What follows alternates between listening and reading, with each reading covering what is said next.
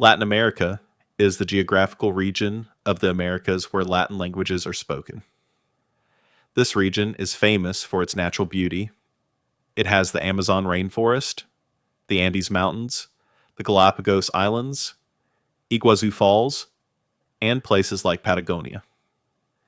But when people hear Latin America, many think of drug trade, high crime rates, illegal immigration, and cartels. There's a strange place called Logares. This town is divided exactly through the middle by the border between the United States and Mexico. The northern part is in the US, and the southern part is in Mexico. Even though there is a border, both sides have the same geography, almost the same culture, and the same ethnic roots. But the similarities end there.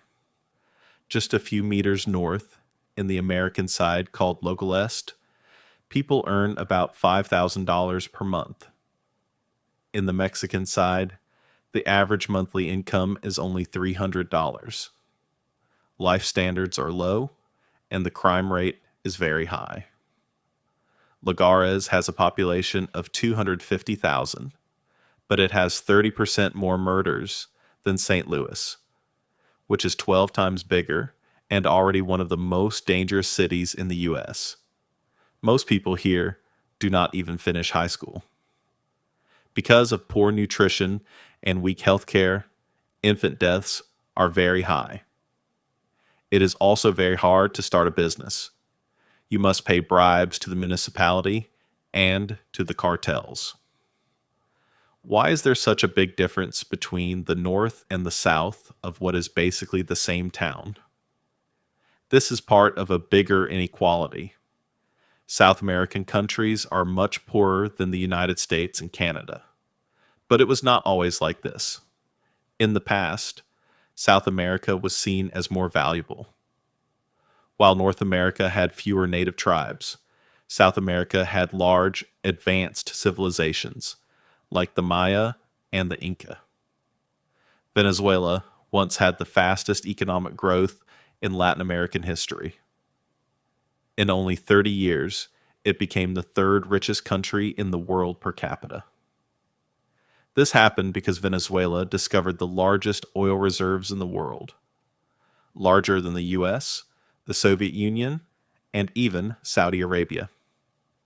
After World War II, the global demand for oil increased, and Venezuela became one of the leading oil suppliers. Its economy grew by 8%.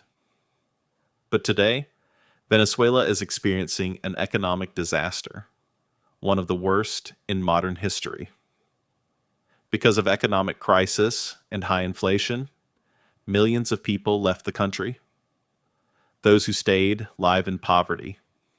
In Caracas, where people now search for food in the garbage, there was once the most expensive French restaurant in all of South and North America. Inflation and poverty are not unique to Venezuela. Many Latin American countries have similar problems. Even though they have rich natural resources, they still face major economic issues. So, why are Latin American countries poorer than North American ones?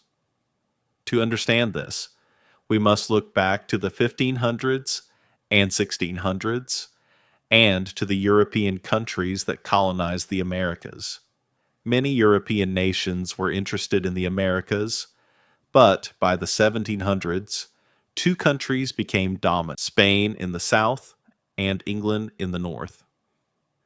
The biggest difference between them was their political systems. Spain had a king with absolute power. England had an elected parliament. In the lands Spain conquered, the king gave power to nobles loyal to him. These nobles acted like small kings and created a very unequal society. England, however, allowed its colonies to manage their own internal affairs.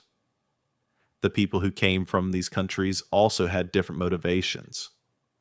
The Spanish colonists were usually soldiers looking for gold and wealth. They came without families, which made it hard to build stable communities. The English colonists came with their families to start a new life and did not plan to return to Europe. Although the English also took land unfairly from Native Americans, they still built more stable and more equal societies compared to Spanish colonies. All silver mines in the South were controlled by Spain. This made Spain rich very quickly. This attracted more Europeans, including the English, who came hoping to find gold.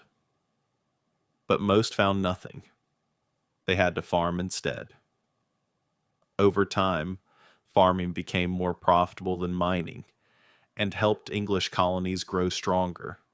By the 1770s, English colonies in America enjoyed the benefits of belonging to the strongest country in the world. England was becoming an industrial society, and this gave English-speaking settlers a huge advantage. Spain fell behind in every area and could not support its colonies.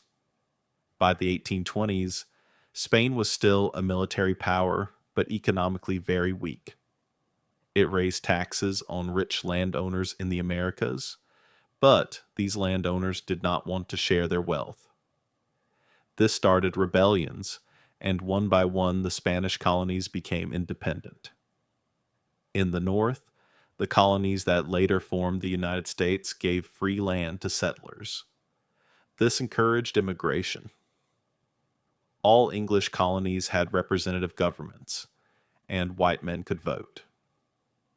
More people could vote than in many European countries at the time.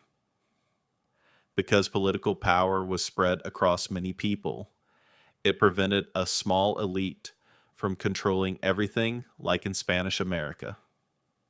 Another important factor in the U.S. economy was slavery. Hundreds of thousands of enslaved Africans were brought to North America. Cotton was extremely important for both the U.S. and England. England invented machines that produced cloth faster, so it needed more cotton.